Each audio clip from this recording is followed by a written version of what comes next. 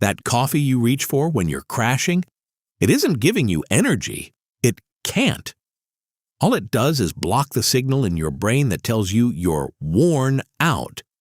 You're just as tired as you were a minute ago. You've only stopped hearing it, and in a big enough dose, that same ordinary drug will stop your heart. So, 1 cup, around 95 milligrams. It works because of a molecule called adenosine. All day while you're awake, your brain makes the stuff and it builds up. And the more of it floating around, the drowsier you feel. It's basically how your body tracks how long you've been up. Caffeine is shaped almost exactly like adenosine, close enough that it slots into the same docking points on your neurons and sits there. So the real adenosine can't. The drowsiness signal is still being made. It just has nowhere to land. Which is why a coffee never erases the tiredness. It postpones it.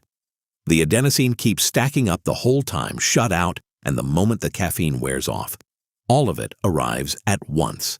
That's the slump a few hours later. 1 cup does this cleanly and harmlessly. What's interesting is what your brain does once you do it every single day. It adapts. It builds more of those docking points, more places for the adenosine to land. So the same coffee covers less of it than before. That's tolerance. It's why a teenager's first energy drink can feel electric, while your 4th cup of the day barely registers. So the amount creeps up. 2 cups, 3, 4. Health agencies put the ceiling for a healthy adult around 400 milligrams a day, 4 or 5 cups.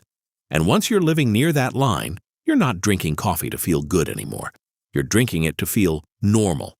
The weird thing about tolerance is what it leaves alone. The pleasant part fades as you adjust, but the amount it takes to poison you doesn't move an inch. And that amount is somewhere around 1,000 to 1,500 milligrams, a dozen coffees in an afternoon, or a handful of the strongest energy drinks. Get there. And caffeine stops behaving like a tool and starts behaving like a problem. Your heart pounds and trips over itself, skipping beats. Your hands won't hold still. There's a fair chance you throw up, but it's the smartest move your body has, dumping the dose before more of it absorbs. That isn't psychological. It's pharmacological. It's the dose.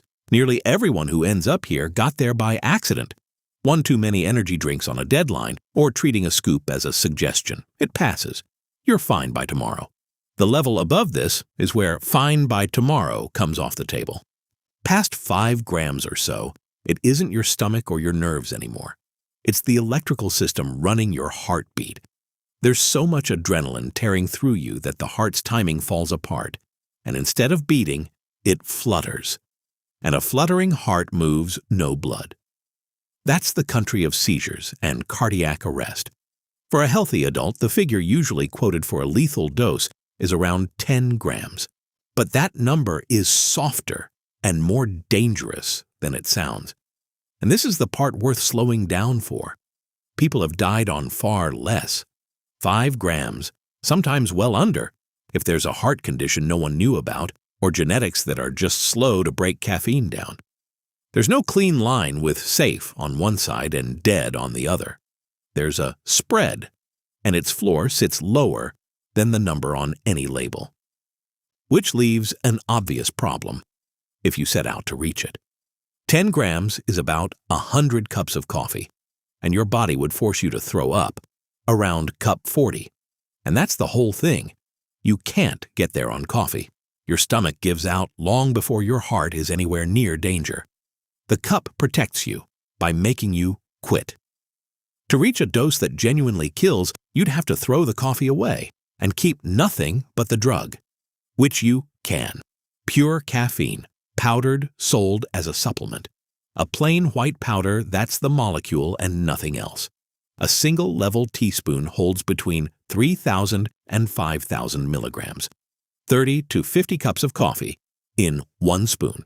The intended serving is about a 1/16 of that teaspoon, a few grains. So the danger quietly changes shape. It stops being about drinking too much of anything and becomes about measurement. Someone half awake before the gym, eyeballing a 1/60th of a teaspoon of white powder on a scale that can't even read a number that small. Round up a little, and that isn't a stronger morning. It's a lethal dose. It has happened. to healthy people in their 20s, which is why the FDA eventually pulled bulk caffeine powder off the market. The most ordinary drug on the planet, the one in your mug, your soda, the one nobody thinks twice about handing a 16-year-old, has a form where the gap between your normal dose and your last one is a rounding error on a spoon. So, how many cups are you on today?